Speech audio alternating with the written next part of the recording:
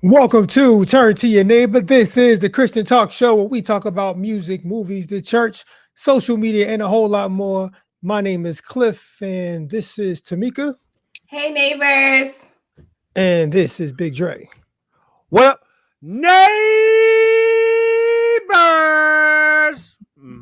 That was a solid landing. I stuck the landing on that one. That was a good one.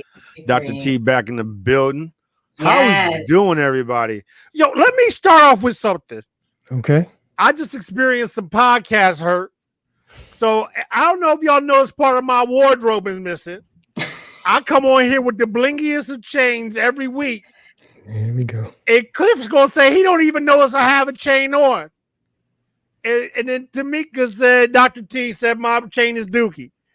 No. And so I want to talk to people. Do y'all notice my chain? Like, I'll be out here blinging. Does anybody else notice it? It was the opposite way around. Cliff said your chain is a non-factor.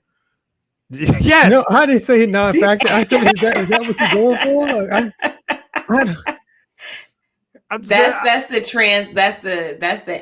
That's the like ghetto translator for Cliff. He basically said. That's what he said. I was hurt enough to get myself dressed. I ain't got time to pay attention to what you're wearing. I was hurt. It's okay. That too. He said, but you know what, Cliff? I'm not going to record you and put you on blast, though. But we'll talk about that later. Oh, you all right? You gonna be okay? My pod hurt is over. Dang. Pod hurt. Cliff also said, and by the way, pick up your feelings because he ain't got time for that. He said you're gonna be okay. We got a show to do. See, you're gonna be hurt. When he get executive producer mode, you can't tell him nothing. You're gonna be hurt because nobody notices your chain. This is what you see. Your chain is bright like a Twinkie filling. What is See, I've started us off on a bad foot already in the comments. Oh, good Lord. Oh, what's up, neighbors? It's so good to have you in the number one more time. Thanks for hanging with us today. Do me a favor and please share right now. Hit the like button. All of you on YouTube, hit the like button. Facebook, like and share right now, please, so we can have more people join us because we got some interesting stuff to talk about tonight. Oh, yeah, this is going to be good. This has been like a really good set of weeks for podcasters. They're giving us everything. So much juice. So much juice. I got questions that I not even want to run down. Let's start with what you have though, brother. We put effort into this. I'm not gonna hijack the show today. Oh, I'm not. Really? I'm gonna try something new. Okay, is it because I talked about the chain you feel compelled to? No, because I'm gonna take us on an entire. Yeah, man. It's like okay. It was like the fourth member of the cast. It was. Wow. See, I think Black Santa was probably the fourth member of the show. Agreed. That's true. Yeah. See, that's true. You got so much flair going on over here. So many accessories. You can't so even much keep going on. Look at that. I tried to shut the door one day and they got mad at me. Okay, yeah.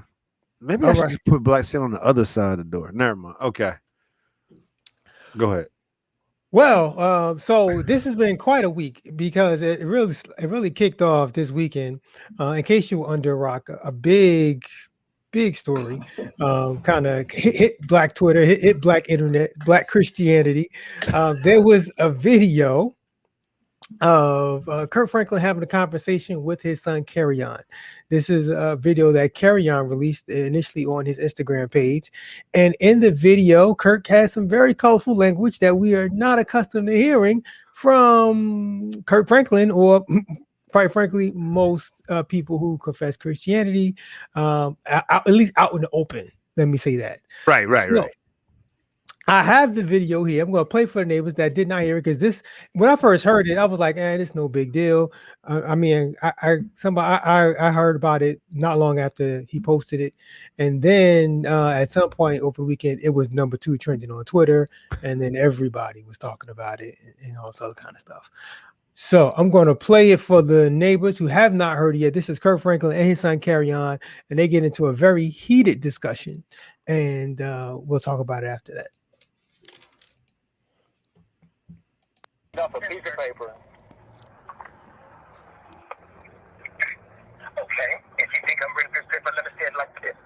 When you start getting some shit that gets your skin back out the way before I put my foot in your. I dare you. I dare you. Enough a piece of paper. Okay, if you think I'm really good, let me say it like this.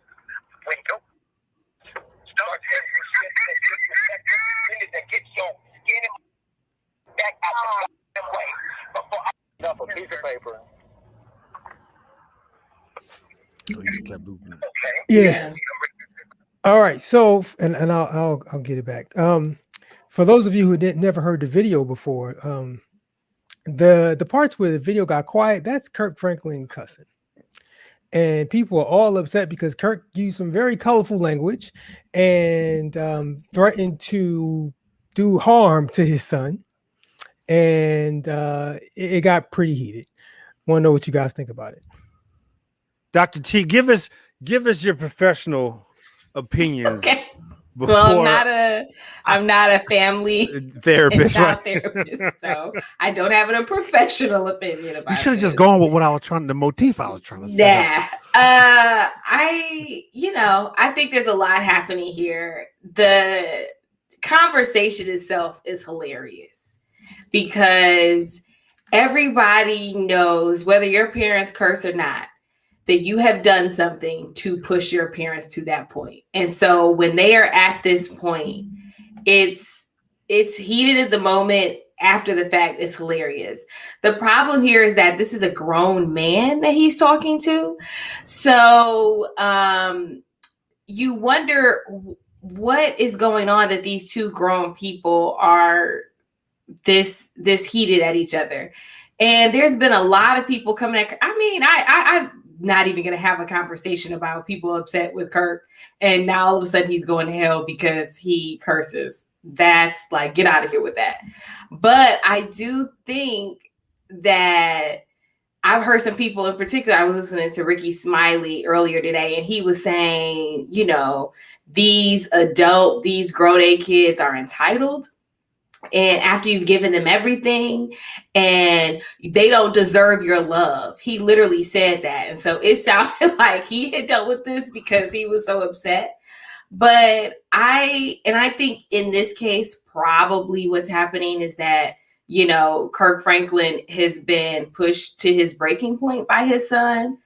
But I also wonder, is there such thing as parental entitlement? Right? Like with this. Okay.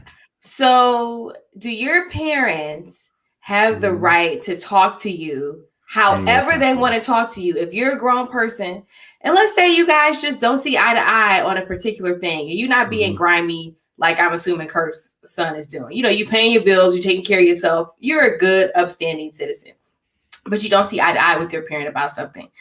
Do they have a right to talk to you in a tone or in a way that's, if it was any other adult stepping to you like that, you would handle it differently? Right. Is there such a thing? And I think especially for like Black parents, is there such a thing as like adult Black parent entitlement? Like, because I made sacrifices for you, and this was Ricky Smiley's rationale. If I make sacrifices for you and I do all these comedy shows, XYZ, and I'm tired, then basically I can curse you out. I can do whatever I want because like I'm your parent. If I get out of pocket with my parents, they can do everything short of physical harm. They can say whatever they want. If I got the nerve to say stuff out of my mouth to them, they have the right to come back at me in any way they want, short of physical harm. There's not even a question. But what if you're not out of pocket? What if it's just like a disagreement? Like, can you disagree with your parents? Yeah. As an adult? Yeah, it happens all the time. Okay. Yeah, and I think I don't think at all parents see it like that. I don't know. But this wasn't a disagreement, though. This wasn't. This was, and this is not even. There's a lot of this that we did not see. That's right. And so Kerrion just showed us that one part when Kirk is going off. He didn't show everything leading up to that. And I'm sure there's other stuff that Kerrion said before he turned the camera on that we don't know about. So let's cover this part you touched upon, but let's cover it very explicitly. Kerrion is 32 or 33. He's 32, be 33 in May. Well, there you go. So you're going to get these words and possibly these hands that you are a grown behind man, dog. Like, stop it. We this is not. I feel no sympathy. No. If you had something happen, there was this discussion happening, and obviously Kirk felt the need to go there. Get over yourself. Kirk came along later on Twitter and he talked about, or he posted his response. I do have that. You do have that? Yep. You want to hit that real quick? I'll hit it right now. All right. So here's Kirk Franklin's apology, we'll call it, for what happened.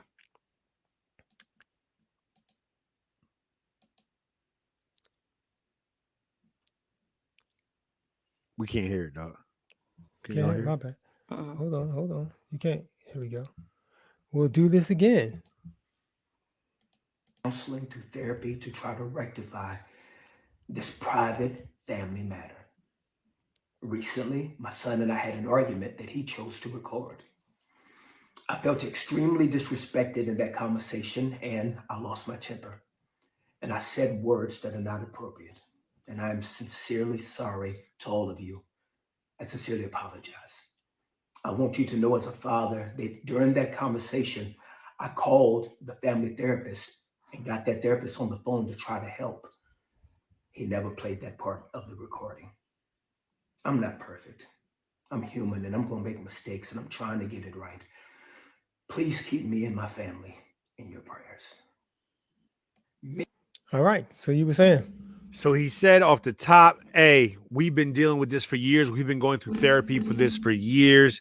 Yes. He's significantly older than his other kids. Like, not significantly, but like a solid. Is that Tammy's kid? Or is that somebody? No. So this is basically just a little background. Kirk and Tammy each had a child before they got married. Okay. Right.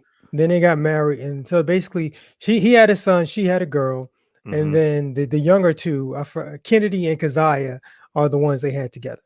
Keziah. Yeah. Carrington, I believe, is the oldest daughter's name, and Kerrion. Carrington, Kerrion, Keziah, and Kazoo. What's the other one? Kennedy. Because we're not gonna make fun of the baby's name. Yes, we are. No, we're not. They're No, we're 20 not. plus at this point. It's because this ain't about them. They've been catching these L's their whole life. Okay, I'm sorry. I doubt it. It's 30 some years old. My man, obviously, he had a motive going into the conversation. Everyone who has either dealt with children for a while, or they have kids, or if you was watching your sister's kids for an extended period of time, you a auntie, you a godparent, you've had a kid push you to the point where you wanted to use words on them. You wanted to put some words on them. And that's children.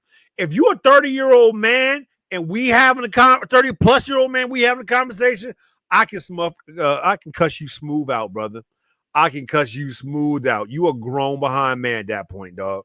And so if you want to respond, you can respond. But I'm not going to put up with, if people want to say, yo, that's not being Christian, I can understand that. You want to be better than that. But if they're going to try like, yo, he's abusing this kid, stop that. This ain't no kid. This is a 33-year-old man. Stop that. That's a grown man. And obviously he's not dumb enough because he set up this conversation so he's able to record it several different ways. I personally, I'll put it like this. I am 39. If my parents and I were to hit a point where we're having this type of conversation for whatever reason, and we going back and forth, there's going to be some words exchanged on both ends. I understand what you were saying, Dr. T, about, do they have entitlement to be able to say anything? You can say anything you want, but I'm going to respond. What I'm not going to do is punk up and go put it on the internet. He did this intentionally and try to embarrass him. That's a weak move. And we did this intentionally to try to embarrass him. I wonder, here's my question. I wonder if this played out the way he thought it would. Because his dad issued an apology, but I think he thought his dad was going to get canceled in some way. But a whole lot of black people quickly stood up and said, no, cuz No, it's good. It's like because it wasn't as much condemnation as one would have thought, or maybe he was hoping for. Because he may have been mad that his dad cussed him out. People are like, oh, you shouldn't cuss. First of all, how many T-shirts are floating around right now talking about I love Jesus, but I cuss a little or I cuss a lot? Like it's part of the milieu of the black church at this point in time. We all know folks that cuss in church. Like, so I can't. I'm not going to really get hype over that. That's just my thoughts. So there's an interesting background between these two. They have had issues for years. Mm-hmm. And there's another video after this that I don't have because the audio wasn't that great. That Kerrion posted about. He talks about the abuse. Well, it's further conversation between him and Kirk. In this video, he talks about you attacked me. He says something to the effect of you attacked me when we were at therapy once. So they got into a physical altercation, and I'm not sure if he ever denied it, but in the video that was played, Kirk never denied it. Mm-hmm. So if I said you attacked me and you didn't do it, you would probably say right away, no, I didn't. Mm-hmm. That did not happen. So this relationship has definitely been strained for a very long time. Mm-hmm. And it's probably come to a head in many occasions. And now we're just now really knowing about it because he posted this video online. It's really messed up. I think that, so I saw this from so many different perspectives. Not once did I ever think that this would hurt Kirk Franklin's bag in any way, shape, or form. So I'm seeing Kirk Franklin as the person with more to lose, but also with more power. And this is clearly someone who's desperate, his son. And, you know, the other thing that I thought about is Kirk Franklin. Yes, he's multimillionaire, but he's also in full-time ministry, right? Mm-hmm. And so whenever you have a parent that's in full-time ministry, then all of the kids become an extension of that ministry and an extension of that brand. Mm-hmm. And that is no way for kids to grow up. Mm-hmm. It sucks. There's no way to make it not suck. And it sucks because childhood is supposed to be a safe space for exploration and experimentation and mistakes. Mm-hmm. And when you map onto it, not just the scrutiny of being in the public eye, but being in a gospel public eye, that just intensifies things all the more.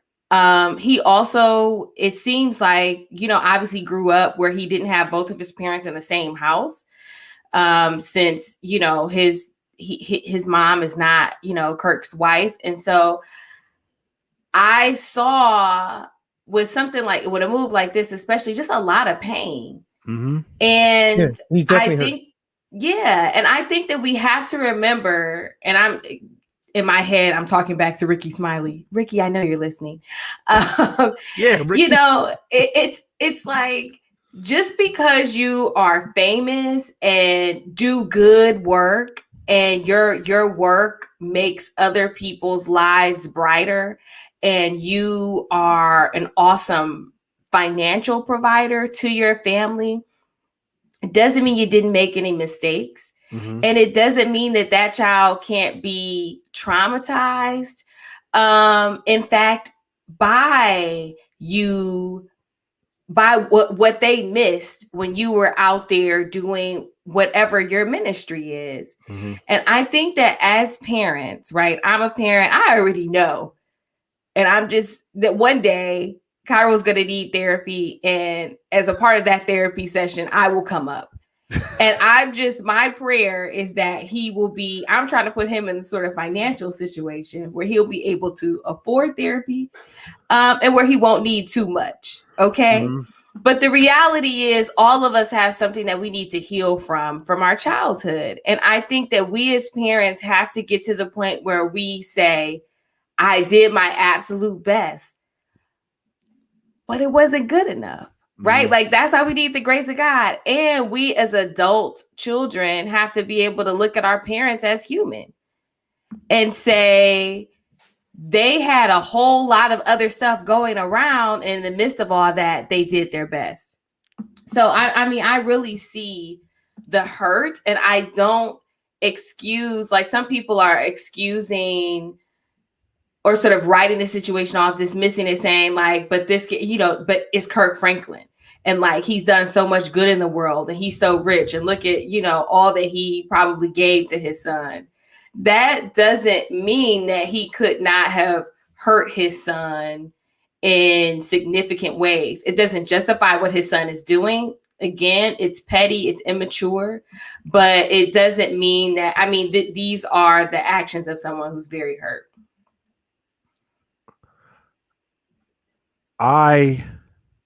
There's some the neighbors are giving us some great comments tonight. I'm sorry, Mm-hmm. I'm in here reading. I got caught. One of it was a couple of different things that were brought up. Natalie and Derek. Shout out to Natalie for commenting tonight. I see you, but she's a faithful watcher. Natalie James. She brought up a good comment as well, talking about the same assumptions of these exposures not hurting powerful bags. Do you see it on here? There we go. This same assumption of these exposures not hurting powerful bags, Kerrion's assumption trying to hurt Kirk's bag in ministry is the same lack of listening and dismissal that folks had with Ravi's accuser. We see how that turned out. I'm missing something. I understand the concept. I'm not sure who Ravi is, but I understand the concept. What I'm saying. I understand the concept of what is trying to be said here. It can be a dismissal, and I guess the way in which that he tried to execute it, like you said, Dr. T, it is an example of larger hurt that he was trying to demonstrate and how he was doing things. Okay, Robbie Zacharias. Okay. Yeah, biblically. Okay. Parents got, and this is a good one. Donna Abdullah, she just put up there, and I think it's a very legitimate thing. Parents got to be able to apologize too, even when their kids aren't adults. Yeah. I just had this conversation. Did I have this conversation on here? Or I was having a conversation on like the ability to be able to say, I'm sorry to your children is one of the biggest thing. It's a humbling thing sometimes, but it's a big thing even in the age my children are now. It's like if I misstepped, to come back and to be able to apologize and say I'm sorry is a real thing. And we don't know that didn't happen. Right. But here's the thing. You have two people who are probably at their wits' end. Right. And they both handled it differently. Kerrion was at his wits' end, whatever he knows how the world sees his father, but then he sees his father another way. And part of him is probably like, this is not what you think how he is not how he really is. So I'm going to expose him. I'm going to show you what I have to deal with and deal with my father. Kirk, on the other hand, has been dealing with his son for years, trying to get him help, I'm assuming trying to love him, dealing with whatever struggles they've been having, and he snapped, and that's when you heard the profanity and the tirade and the threats. So your children will push you. As a parent, it's tough when you may think, on one hand, Kirk is probably thinking, I'm trying to provide for my family. I've tried to do this. We've tried counseling. We've tried all this. And, I'm trying to get you to be part of our family. Mm-hmm. And I'm not sure what Kerrion's emotional state is, what kind of neglect he may feel or hurt he may feel and all this. But as a parent, you fight your child to get them in your mind to get them to do right, in your mind to get them to act right. And at some point you just can't take it anymore. Mm-hmm. And what we saw is one of the moments where a parent couldn't take it anymore, especially when the child disrespects them. The one thing that did strike me is you could hear his hurt, Kerrion's hurt, because Kurt he's been very forthright about some of the dirt he used to get into and some of the trials and tribulations that he's had to go through over his life to grow and mature into who he is. And so depending upon where Kerrion was at, he saw or experienced the outcomes or was around some of that, or realized his dad wasn't around because of some of that. You understand what I'm saying? And so I can understand some of the hurt and some of the pain. I shouldn't say I can understand. I can realize why maybe he's acting out, because I haven't experienced that level of hurt and pain. So I'm not going to say I can understand it. While I may disagree with how he was handling it, I can't be totally dismissive of it. Yeah, and Pastor Hampton's been making a lot of comments. Yes, comments about preaching and about being a minister and a parent. And for any of us who have or aspire to be ministers of the gospel, like all that, we could save thousands of souls or lead thousands of people to Christ. But if we can't get our family right, like that's our number one ministry, is our family. And I'm not saying Kirk neglected his family. I'm just saying like that is our number one ministry. We got to get our family right. And we know, I'm sure if you've been in church long enough, you know tons of preachers who clearly neglected their family to advance their ministry. Mm-hmm. And I'm not saying this was Kirk's situation, but anyone who does that, that's not godly. Mm-hmm. Right. It's and Pastor Hampton said that a lot of pastors or a lot of preachers are awful parents or awful fathers in particular. This is immediately where I went to. I have had this conversation with my dad as an adult. I think my dad did the absolute best he could. I missed out on some critical things that I needed because of how he felt like he had to show up as a pastor, and because he thought I was covered. He thought I was good. And I think in another place, you sort of just hope that the kids are good, So, and I don't think he sells all his business over the pulpits. I don't think he'll mind me saying that. But I mean, this is just a reality. We have to be open to this. And I think that what you hear in Kirk's voice also is a lot of pain. Mm-hmm. Because let's not forget, Kirk didn't have a role model of a father. He's probably actually not that great of a dad. Like it would be odd. It would be miraculous. I'm just saying. That's a big assumption. But I see what you're going, but I'm just saying it would be miraculous if he is. And I'm not saying he's a bad dad. I mean, I can't speak on that. Mm-hmm. But what I'm saying is he was doing it with Kerrion for the first time. And he was a teenager. Right. So when Kerrion was born, he was like, right. Oh, so we can just 15, imagine. 16. Yeah, he was a teenager.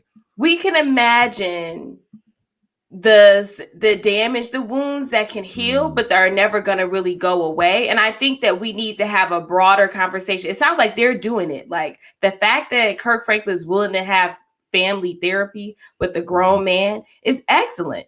And I hope that that's the one thing that I want to bring to this conversation is that we need to normalize that, and people need to be able to say to their parents, look, this happened. It hurt me. I know you didn't mean it.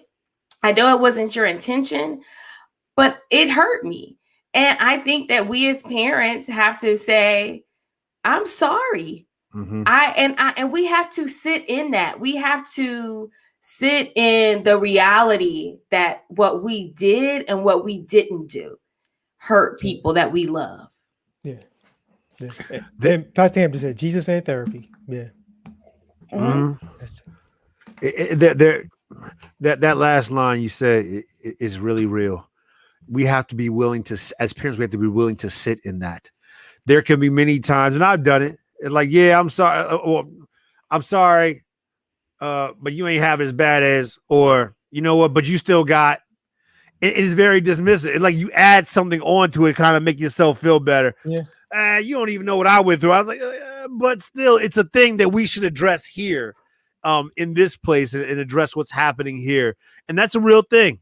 That is a very real thing, to not try to minimize someone else's experience in that. In the end, we truly do hope for healing for all parties involved. Definitely. I do have one question. Mhm. Who do we think that was laughing in the background? Probably Tammy. Or was it T-Thing? Because Probably somebody Tammy, was or a daughter or somebody probably. somebody was gassing him to get him going. Now we covered the serious Yeah. stuff. Somebody was gassing him in the background and had all the laughter going on as my man was going in. They were having a lot to say. And let me just say this: children, as much as you try to love your child, there are times when your child will have a very warped sense of reality and warped expectations of you. I'll tell you a quick story. When we were in state college, Annie, we're going to go to California. Annie left to go to California like 4 or 5 months before the rest of us. So it's me and the older two boys. The last 3 months, so starting in we left in June, in February, I started working from home, in-state college working from home. One of the children, who shall remain nameless, was having challenges emotionally in school, behavioral challenges in school. I get a call from the counselor, and the counselor is saying, your son is saying he's upset because, you're not home. You're not around. You're in a lot of meetings and you're not around, and all this. And I said, ma'am, for the past 2 months, I've been working from home. And right then the phone got quiet. She's like, oh, I'm sorry, sir. And so, ma'am, he is perceiving something that is not the actual facts. And she said, sir, you're right. I'm not sure why he's saying this, but you're right. So children will have this view of something that's not reality. And that could have been what Kerrion was doing growing up. Like, I have this view of my father. You're not giving me as much attention as the other kids that live in your house, so therefore you're not giving me attention. Or you don't love me, or it could be all other kinds of stuff. I do imagine they grew up in very distinctly different financial, socioeconomic situations. Probably. And so I imagine there's a ton of hurt behind there's some issues behind that right now. Yeah. That's the only people who, if you were going to have a broken home, here's somebody who I would be like, you know what, I could walk a day in his shoes, even though he grew up technically in a broken home. Will Smith's oldest son, who is Trey. Yeah. Trey is like, he got 2 bad mamas out of the deal. He is just in the way that who knows if perception is reality when it comes to them. It was rocky at first. But they have like Christmas all together. They have sleepovers. Sometimes they're at Sheree's house because Will Smith got so much money. She got a bad house too. So it's like, oh, maybe we at her house. Maybe we at the Smith compound. I just want to say that, I'm sorry it didn't work out that way for Kerrion. Yo, but and we can end on this unless y'all got something else. But this whole canceling. So I never saw anyone cancel. Say I'm canceling Kirk Franklin. I think there was a bigger assumption of canceling. So all these people were preemptively saying we're not canceling Kirk Franklin, but I've never really heard people say I'm canceling Kirk Franklin. It was all this preemptive assumptions that people were making. Yeah, I'm not canceling Kirk Franklin or Now Behold the Lamb. I'm not canceling Kirk Franklin on Melodies from Heaven. Like, I didn't really see anybody say they were canceling them. Did y'all? I didn't see anybody say it. What is interesting to me is, honestly, somebody, one of the neighbors said it. This is gonna make for a doper album. Like his next, because he's been on Front Street with all his stuff, and like that's where a lot of his material comes from. Yeah. And he was probably keeping this in the way back because that was real personal. But now it's out there all over the internet. He's like, well, I wrote a song about it. Like, here it go. And he gonna put an album out. And it's gonna be, this will actually probably attract people to his ministry. And I say that in all sincerity. This will probably attract people to his ministry. There are certain people who are able, when they're able to see reality from you, it actually brings you in a little bit different. One of the neighbors did Oprah and said he had a porn addiction. Yeah. If that did not, now he got to control the narrative. But that's overcoming though. Like he's over. That's a story of overcoming. Every believer should have you overcame something. But that's something to overcome. I'm telling you, I remember when I watched that whole episode. Yeah. And I remember it like it was yesterday, and I was like, oh my gosh, I can't believe he said that. Yes, everybody has an overcoming story, but people tend to be selective with that. And so I think that was really bold for him and Tammy to go on there like Tammy. that, because that could have been really disruptive to their whole family dynamic. But if people were still rocking with him after that, I think he went into detail, like, I think with this doesn't, the fact that he like, I'm not surprised. Like, now, how many years ago was that though? That was pre this social media. That was social media. But he went so it's going to attract Oprah. a whole different. It's good. A lot of these kids don't know Oprah like that. He's going to attract a whole. I guarantee it was a different. It was definitely a different time. Oh, you mean that story? Get new that people. Story, yeah. He'll attract new people. Had that come out now, it would have completely different impact. Exactly right. So he could have done that in a pre-social media world. But I'm just saying, like, yeah, Kirk Franklin ain't getting canceled. He might pick up some new people. This should surprise no one that he curses. No, it didn't surprise me. No, I wasn't surprised. Like, I wasn't originally when I heard it, I wasn't even going to bring it up on the show until it started trending, and then neighbors were sending stuff, and yeah, it was funny. Not funny. It was hurtful. One thing I wonder if is this going to affect his voice, and what I mean by that is he is very outspoken when it comes to social justice and among evangelicals. When it like the whole Dove Awards boycott, and he's called out preachers and their jets and stuff like that. I wonder if he's going to feel not as for. He's not going to be as forthright with those kind of comments, because he's worried about people coming back at him. Well, how are you going to talk about my jet when you are here cussing at your son and threatening your son? All this other kind of stuff. So I wonder if he will allow this. I hope he does not allow this to mute his voice. I don't think he will, but my only thing is this. So him and Tammy have a sort of extension of his brand together, kind of like as a couple, and they're like relationship goals and parenting goals. I do think that this little incident reminds us of the danger of that. And so, no, he's never said he was perfect. Mm-hmm. But if you project yourself, so the Oprah Winfrey Network had this thing where it was like, they call me daddy, and it was all about fatherhood. And it was supposed to be the whole family on there. And I guess Kerrion must not have been on there. Now I would have to play it back. But I don't remember him being on there. And he had this whole thing about like, it was all about, it was like him, TD Jakes, some other people, how great they are as dads and how much they've learned. And there was no discussion about that at all, and about this drama. And I think that there's a real danger when I don't think anybody should really bring cameras into their house anyway. But I think that this just reminds us, you got to be real careful to separate out your brands. It's one thing if him and Tammy, as like two married people, decide, okay, we're going to have this sort of separate extension of our brand together. But you got to be careful, I think, when you start bringing your kids into it. Yeah. Yo, the walls are sitting somewhere. They got something to say. They like, especially Paco or Alec. I know the wall. He got something to say. Because if he had cussed his son like that. Yo, they got something to say. I don't know if you heard of Sparta Baptist. He's posted before that he's got issues with Kirk Franklin. So yeah, like, he's a rapper. Yeah, he's like I don't know what he exactly does. I know he's a Christian artist. Oh, okay. That's all. I'm not sure like what his method of delivery is. But yeah, so Serve the Baptist, the Walls group, there's people who have some issues with the brother. So this is a stupid question. He wouldn't go on Red Table Talks because I don't think he gonna listen to Jada and her mama. Who would he go on for this? I heard he's supposed to be on Tamron Hall tomorrow. Tamron Hall, NBC. Okay. Because I don't want him on like Iyanla. I don't like Iyanla either.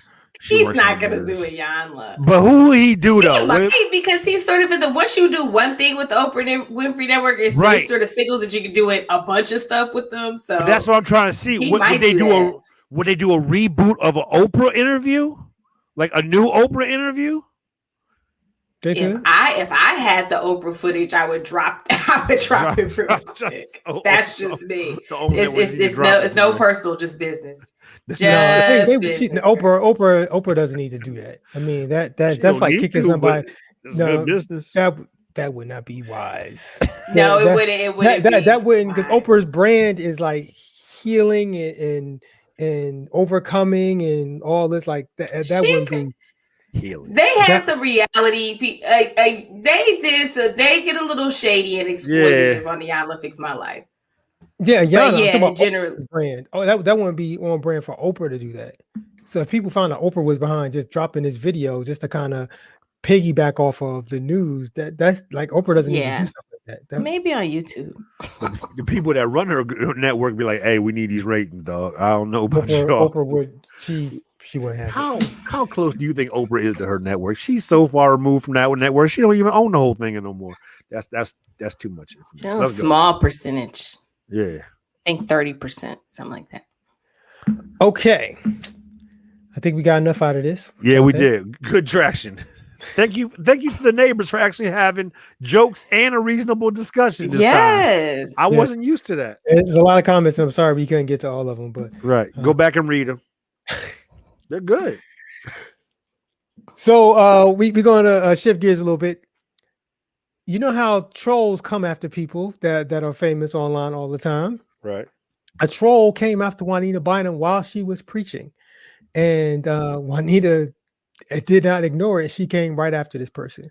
So check out what Juanita Bynum said when this person called Juanita Bynum a Jezebel, and Juanita Bynum has some choice words for the sister. Linda Wilson, because listen, if I'm a Jezebel, I'm God's kind. You want to say something on my page, I'm going to say something back. That's right. Come on, bring it, because you got the right one. Next, which one of y'all want to say something? When I go to your page, you are a nobody. This is your biggest platform. So where is your following? Since you got so much to say, where is your following? When was the last time somebody got out of a wheelchair with you, Linda Wilson? When was the last time a blinded eye will open with you? I'm not hearing y'all. When was the last time cancer dropped out of somebody's body? When was the last time you raised the dead? Because I have in the power of God. Where is your works? Y'all go and look her up. Go to Linda Wilson's page and look her up. Am I right? That don't even have 20 likes on nothing you have posted. That's them 6 like people who want some attention. That's the 3 like people. That's all they want. Watch this. That's them people that don't post nothing but themselves posing all the time with a different outfit on. This is what you do when you are challenged like that. You can show up as many times as you like because what y'all say? Y'all say I'm here for all of it. Linda Wilson. All right. What y'all think about the stuff Prophetess Bynum had to say? First of all, guy ain't got nothing to do with none of this. Let's just get that out in the open. A thing. This ain't biblically based. This ain't got nothing to do with Jesus. None of the Holy Spirit. None of it. The fishes and the loaves. None of it got. First of all, this went on for 5 minutes. Like, this clip is actually long. Like, you did a good job editing it down. I didn't edit this. I guess I must have found the edited one. No, yeah, because this clip went on for a while. Okay. She just kept going back on this person. For some reason, the term Jezebel hit her in a place that she felt the need to pop off. Secondly, you know good and darn well, you one of them 6 like people is going to be on a t-shirt real soon. You want them 6 likes people or 3 likes people? That's hilarious to me. What really showed me more than anything else is said, are you allowed to flex on the signs and the miracles that God has done? Because I have done it. Oh, with God. Like she said me first. That's exactly what she said. Because I have done it. Yeah. Oh, with the power of God. Like she flexed her Paris first. says she raised the dead. Like, I would, first of all, receipts, please. Yeah, I was with her. See, I was kind of with Juanita until she started going off onto the works that the Lord has done and not her. Yeah, and she gonna say it was her, and it's like, oh yeah, with God. She said it afterwards. I was like, yo, you was in your spirit. You was in your spirit. Yeah, because honestly, I love a good clapback. Yeah, I do too, but not. I mean, she went way too far into this, and she's clearly distracted by it, which I don't know why it looks like she's in a sermon because she has on a robe. So why do you have up your socials when you're looking at it while you're preaching. I think that that's a big distraction. But what I think here is that, this is Juanita's way of saying, like, put some respect on my name. We have a generation of believers who don't know Juanita Bynum and don't know her legacy. Now, this woman is a G, okay? In gospel, she is one of the first Black women to really hit mega status. And it was at a TD Jakes. I think she was preaching at TD Jakes church or at a conference where she started to blow up, and with the music and the books and all that kind of stuff. No more sheets. Right. But you have a generation who doesn't know her. And I think there's nothing worse. If you are a legend, which I would still say she is a legend, and people don't know it, you don't tell them that you're a legend, because that just sullies the legendiness. Like, if they don't know you and they come for you, it could have been like, y'all better Google me or whatever, and then keep it moving. But this just gives this. I mean, she said this woman's name multiple times. You're basically sending your following to digitally harass this woman.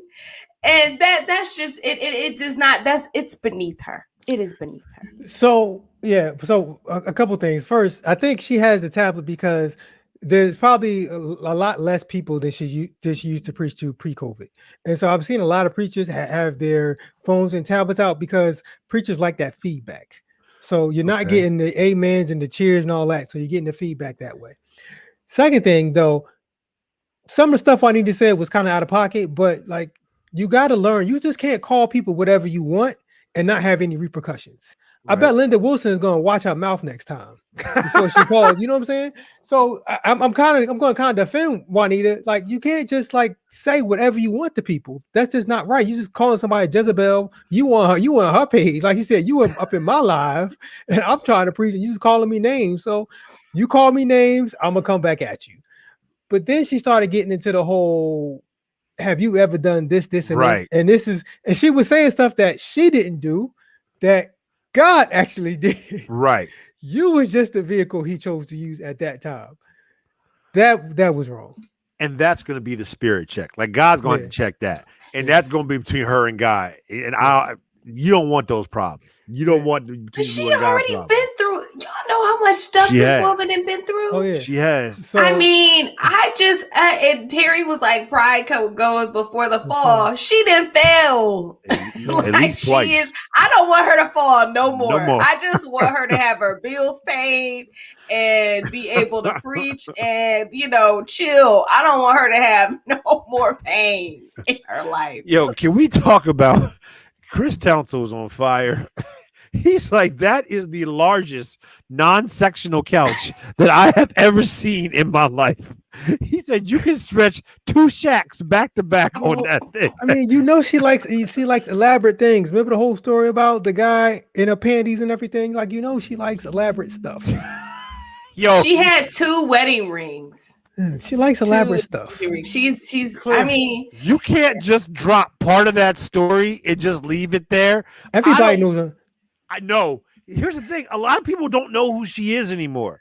No. But this story was like last year, right? It was not long before COVID hit. You remember the story when the brother had there was a church, invited her to come preach.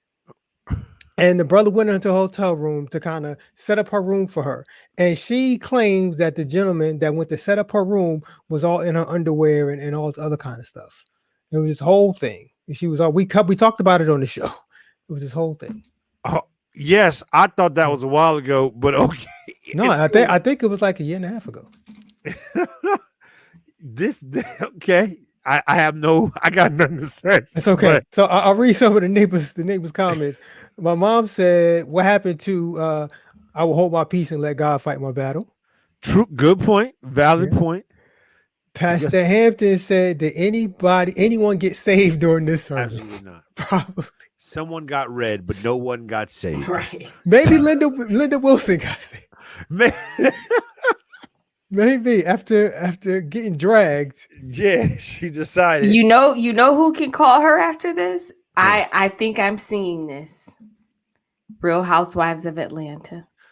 I'm surprised she hasn't been on one of these shows I'm yet. seeing this as next for White. She might have got asked and said no. She would I think she would do it. I totally think she would do it. I totally think she. I'm not think even she sure probably where This she was an lives. audition for a reunion special. I'm not This sure. I'm right not sure where here. she lives. See, and she would be absolutely good at it. She said, "I'm here for all of it." They probably No, they could have they probably asked her to do the Princess series, and she might have said no. Can somebody explain to me? I'm not. Maybe with some of y'all follow Juanita. Why the couch while she's preaching? Is it like a whole set she does, and sometimes she's on the couch preaching from the couch? Like, what does that have to do with anything? Why is there a whole living room set behind her? This is It looks like a Tyler Perry play. Yes, How I'm do we- so confused. how do we know that this is not her house? Like That I'm would saying, be because that's people are doing all kinds. This is COVID. People are doing all kinds of It stuff may in be. their house. but that's Sportscasters are elevated behind broadcasting- her. Sportscasters are broadcasting out of their house. Like, how do we know this ain't her house? It's elevated behind her, and she It seems to looks have some type of weird. audience. The whole thing. Right. It looks like she's talking to people, and you hear. I know she don't have no laugh track, like no applause track. I don't think. Now, There's first lady, people first lady giving Hampton said the couch is feedback. fake. Is that like a backdrop that we? It's virtual. Okay, why we have a virtual couch? That's an odd backdrop. I don't know. Yeah, it no, looks some like a people- green screen. Someone said. Okay, maybe that. No, I think that's a thing because it extends out. Anyway, the whole thing is weird. God bless her and Linda Wilson, Anita Wilson. Who was it? Cedric Wilson. It was No. Lisa Wilson. Linda Wilson. Linda, I don't Linda. know. I don't know. We forgot God- the lady's name already. Go on. God bless her and Linda Wilson. If you have to stop at any point in time and scroll through comments during your sermon, you're doing too much.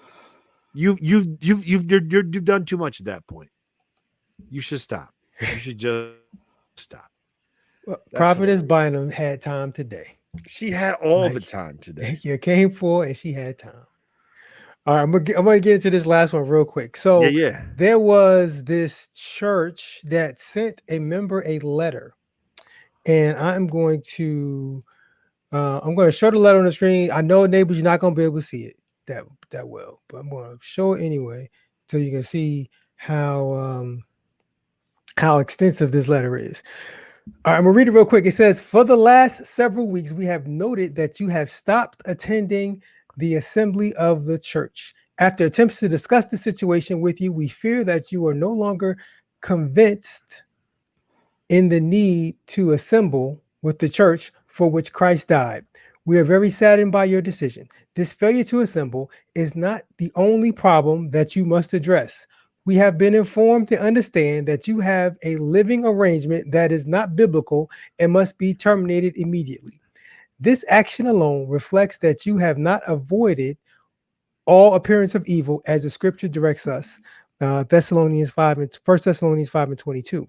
Please understand our obligation as shepherds. First, we must watch our soul, Hebrews 13 and 17. And second, protect the congregation by withdrawing every brother, sister that walks disorderly. 2 Thessalonians, I believe, 3 and 6. If these issues are not corrected and public repentance made by Sunday, February 21st, 2021, we will withdraw fellowship." This is from the West Sparta Church of Christ. So basically, they sent sister a letter and said, "You're not coming to church. You shacking, and we're kicking you out the church." Yo, can I get Donna Abdullah's comment on screen before we get too deep into this? Her last comment is hilarious. Someone, it says, "Someone handed me letters. I'm handing out hands." I'm on board with it. Let's talk about this. You gotta break this down to bite-sized pieces. They did some research into this. Like, this is the thing that they did. I love the fact that they came with some references They came with some citations. They came in with a few scriptures, just to let you know what we're doing. This is a whole holy mess. First of all, what's interesting is after this got posted, they actually posted a response. I got the response. Oh, you got the response? I got part of it. Yeah, I got part of it. Let's see. Let the church's response. Part of their response, and I will read it in your hearing. We are deeply saddened that something that was supposed to be a private matter has become subject to public confusion, and we would like to take a moment to address it. First, we understand that nobody is perfect and sin is a problem for us all. No doubt all have sinned and come short of the glory of God. Romans 3:23. Come on, all we can do in this life is to strive to follow the Lord's example and the commands that God has given us within the New Testament. For Christians, this means ending an old lifestyle of sin to the best of our ability and living for God, knowing that there will be times of weakness and sin along the way. Ephesians 4:22-24. It is in those times of weakness that God is gracious enough to forgive us when we repent and confess those sins. 1 John 1:7-9. But when we fail to acknowledge those sins, a bigger problem arises. This is where the recently circulated letter comes into play. As we address this matter, unfortunately, it will be an impossibility for anyone to know the entire context of the situation. When you love someone, sometimes that means doing the right thing, no matter how harsh or extremely difficult it may seem. And then it cuts off from there. I'm dying from Chris's comment. What did he say? He said they hired the producer of Cheaters to conduct the investigation. So you have this woman who is not coming to church, and she is shacking, and the church is not happy with it. So they sent her a letter and basically said, if you don't get your act together, we kick you out the church. Yeah, let's talk about she ain't leave though. Yeah. If she's not coming to church, you can't kick me out. Like, okay, yeah, I'm shacking. You tried to talk to me about it, and I stopped coming. Why the letter? If she stopped coming, it handled itself. Here's my question though. Are they keeping like a tab at the door? These are the people who are no longer allowed to come in. Is there a deacon that has like a tablet that says, let me run your face through? No, you can't come in. How do you keep her from walking into the church on Sunday? They take I guess that's not what I'm trying to understand. Off the roll. I think this is probably a small church because there was 3 signatures on that letter. So if people have time to do this, this is a small church. And if they care about it, I think that there are reasons to dismiss one from a congregation, right? That usually have to do with criminal behavior or abuse, stuff like that. This, I don't think is one of them. This is totally against everything a church is supposed to be. Right. Like if someone is not living the way you believe Scripture is calling us to live, as the church, you are supposed to help them. You're supposed to bring them in. Yep. You're supposed to wrap your arms around them. You're supposed to love them, not condone what they're doing, but you're still supposed to love them and help get them on the right path. This is completely wrong. Like this is against everything a church is supposed to be. Well, that's a good question. Terry asked a good question. Maybe she's in church leadership. Okay, then you remove her from leadership, yeah, but not from the church. The letter said we'll remove you from fellowship. Remove you from fellowship. Yeah, that's wild to me. Like you can't come no more. Yeah, like you ain't getting this good communion with the good bread. That's so weird though, because one of their issues is she isn't coming. So I'm like, and now you know why? Because they act out of pocket like this. How do you threaten to kick out somebody who already ain't coming? Yeah, like what did you expect was going to happen? It's really, so I guess it also means like they're taking her name off of the official church roll. But that doesn't take her name out the book of life though. I'm confused. No, it doesn't. She's still good. So this is, this is very confusing. Maybe I'm like, is she shacking with somebody else's man and they I mean, there's some other there. There's some other there. They had to say, how do you take back the right-handed fellowship? I don't know. You give them the left-handed goodbye. I don't know what you do. And Cliff's on To the fire. left, to the left. I don't know what you do. I wish some church would send me some letter. I'll be like, Martin, I rips it up. I'll be like, rip. I wish some church would. That's awful. It's wild. I hope everything gets taken care of. I hope everybody is made whole in this situation. Whatever the situation may be. That's hilarious. And Prayers to problems, everybody. this is one of the problems that non-church people have with church people. We treat our church like some kind of country club. Yep. Instead of a hospital or a place of refuge for people who are hurting physically and emotionally and psychologically. We treat it like a country club, and we can say you can hang with us and you can't hang with us, or offer trivial stuff. That's a very good point, brother. Keep like a country club instead of a hospital. Come on, brother. You had that sermon in the tuck. You got that in the tuck. People say that all the time. I ain't never heard that one. You never heard people say, "Oh, Lord." Country club versus the hospital. I heard the hospital part, not the country club part. But I like how we treat church like a country club. I'll give you half an offering off that. If you don't look a certain way, you don't act a certain way, you can't. I'll get in your $5 line off of that one right there. Bro. Thank you very much. That's so messed up. But in that town, the church might actually be like the seat of all social life, and so they're basically like excommunicating her from it's like they put a red A, on her. Clearly, she's unbothered if everybody knows she's chosen whatever lifestyle decision she's made. What's the big deal? Jezebel. Yeah, that's right. She maybe she's the Jezebel that Linda Lewis or whoever was talking about. I forget her name. Can I get Donna on the screen one time? That is hilarious. Because I can see somebody doing this. Her last comment. I would show up that Sunday and act out, pull some spin moves, and sit at the pole. Fight me. 100%.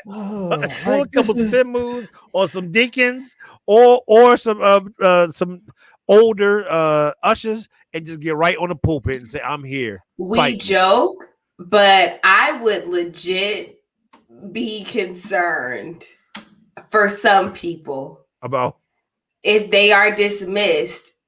And I remember one or two situations like this growing up. Nobody was ever dismissed, or kicked out of the church. But it might have been like if people had unique situations that kept them from being like out front. Like, okay, well, you can't go up and approach the pastor in the middle of the sermon. But you can talk to him afterwards, and you can't monopolize his time. Yep. You can't if he's in the hospital. This actually happened. My dad had gotten into a car accident, was at the hospital. There were some particular church members who were at the hospital before us. And we were like, the whole connect, like you guys aren't actually his biological family. So whatever you told the hospital people. And so for people like that, I would be, there was a little bit of concern about retaliation because they were so bound up in it. So I would actually be afraid for something like that. I feel you. This whole thing is just wrong on so many levels. Right. It's sad. And we're supposed to represent, if the church is supposed to represent Christ to the world. And I got news for the neighbors. In case you didn't know, we can't out-sin God's grace. Come on. So the more we sin, the more grace grows. I'm not grace abounds. So like I don't care how many people she slept with. You don't kick her out the church. You love her. You help her do better. Right. You don't just kick her out and throw her away. Come on. It's horrible. And that's that brother's sermon on tonight. Amen. Amen. Cliff notes. All right, brother. Do you have a rant for the people? I got a couple that I want. It's some lighthearted things. It's not rants, just some thoughts for the people. I took a grocery store visit this past week, and some things really crossed my mind. Okay. First of all, I live in a town which there ain't many of us's where I'm at. One of my favorite pastimes is seeing certain non-melanated peoples, especially the older ones, almost hit other cars staring at me. Just because I'm in my car just chilling, pulling in. They're trying to back up, but they so busy looking me in my face, they're not paying attention to nobody behind them. And I'll just sit there and watch. And there's several times I haven't said nothing, but they're gonna hit this car right here. They're gonna hit it comes real close. I'm like, you so busy staring at me, you almost taking out cars. I've never understood that. It's mostly the older generation. It's one of the more hilarious things of my day. I hope y'all never have to experience it. Let me tell a couple things with the grocery stores. First of all, why do the grocery stores? A brother just wanted a donut. I just wanted a donut. You know what I'm saying? I just had a taste for the donut. Why does the grocery store got to put the donut right beside the fresh veggies? It's two different people going for two different things. What grocery store? Yeah, the bakery section is next to the vegetables. It's right beside the vegetables. Where are you going? There's two of them. There's several. I was at Giant on this one. And if you know where the fresh vegetables are, You sure you weren't being convicted? And that was like a psychological. and it was right there, and then people were staring at me. Okay, it depends on which Giant. Go ahead. But it's not If right. I'm just here for a donut, Continue. and I gotta go through the vegetable section, people are definitely judging you.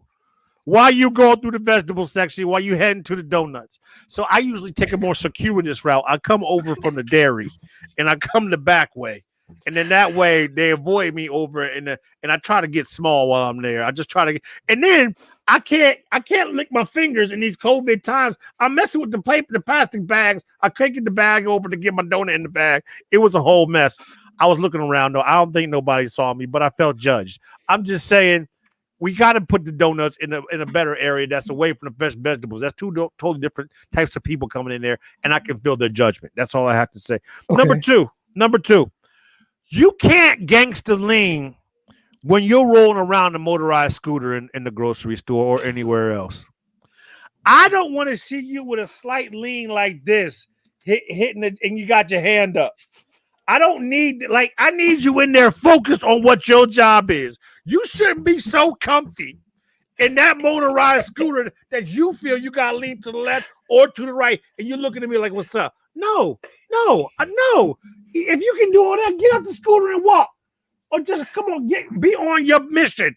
And then how you going to drive slow?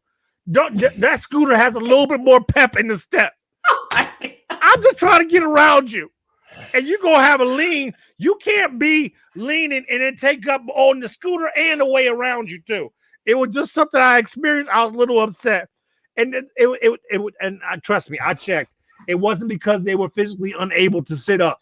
He just had a gangster lean. Because when they wanted to sit up to get that pack of cookies that they was reaching for, all of a sudden they could sit up. And so that's all I'm saying. I'll just try to get around them to get to my donut and avoid the fresh veggie section. That's all I'll try and do.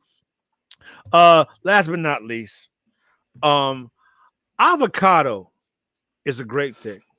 I love it. It tastes good. Avocado with no seasoning is terrible. Like I was really trying to get into avocado. Like unless you have the right when's the last time you just had straight avocado with no type of salt, pepper, nothing in it? It's one of those rare things that you had it before.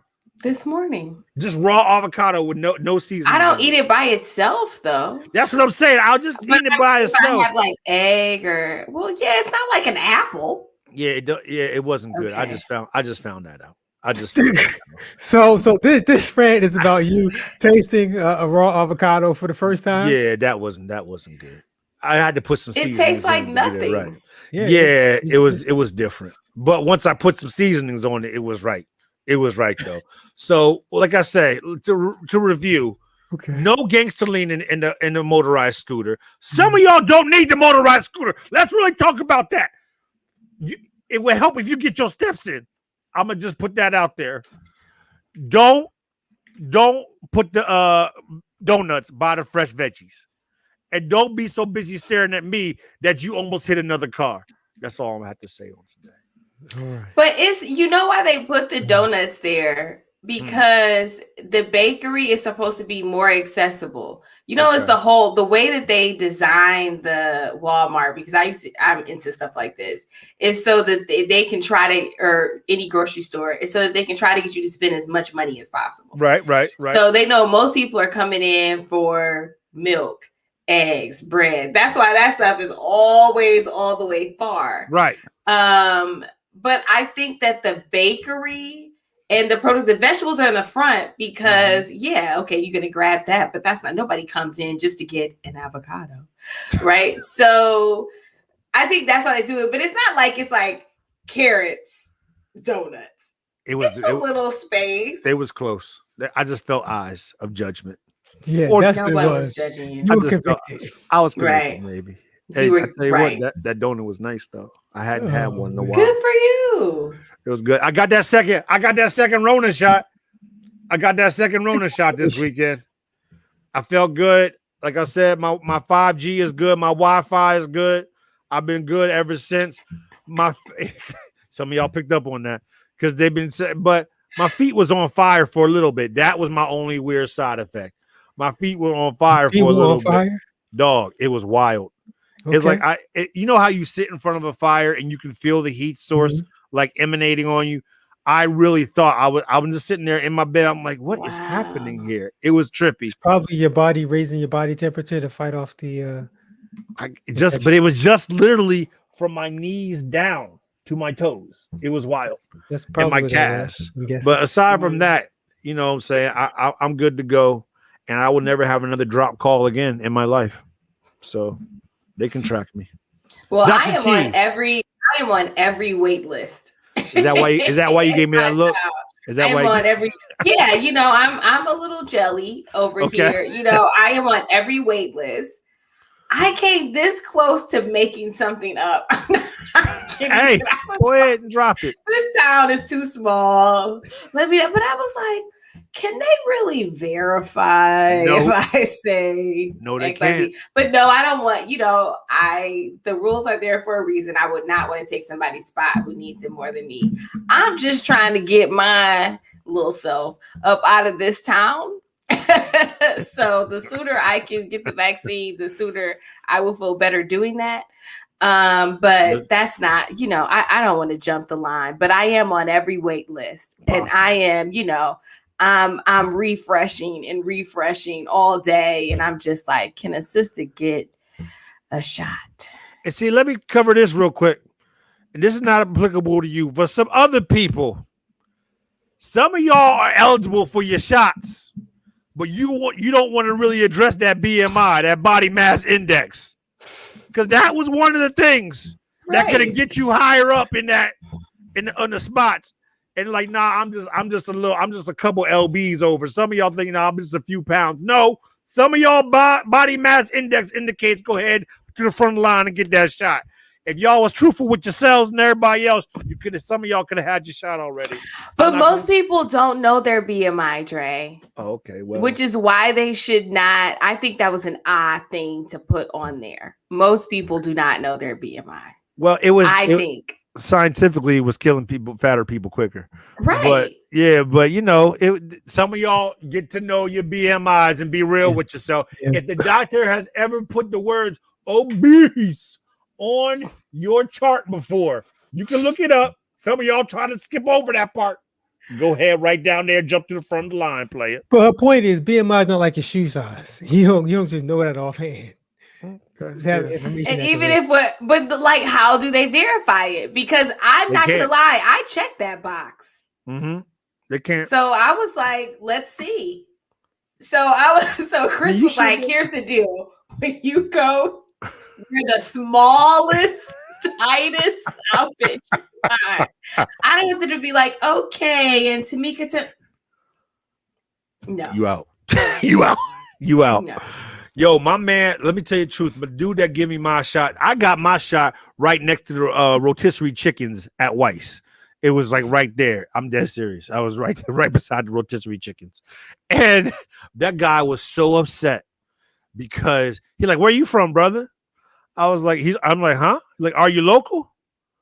I thought he meant like, did I walk there? I was like, no, I didn't walk. And I was like, wait, you mean from like here? Like, yeah, I live around here. He's like, oh, okay. Yeah, we've had people coming from everywhere trying to get this shot. They've had people, he was telling me the locations. They've had people come from King of Prussia from Philadelphia as You far don't have as to put your ID. as Show your far as ID? 3 hours away to get to come to State College to get shots. Did you have to show your state ID though, which has your address on it? No. Oh, so I mean, this is so basically I can just go. Yes. Like this is a mess. As long as you can reserve your spot, you're good to go. But how do they if you don't have to show any ID, how do I prove that I'm me? And not Amy, what's her face, whose name is on the list? Well, they have you write it down, but you ain't gotta show nobody. So that's what I'm saying. How do you even verify? I don't know. How do they know they're giving the shots to the right people? Because they're giving you appointments. So you have to actually, if you saying the name with the appointment, how else you gonna know somebody has the appointment there? Like nobody's gonna say Gary Abdullah. Like that's a random behind name at 4 o'clock. Right, but so they don't come out and say like such and such and call you. You have to tell them your name. I had to go and tell them my name. But remember, I got my shot next to the rotisserie chicken, so it might not have been the most official of spots. Well, that's all I'm saying. Whatevs.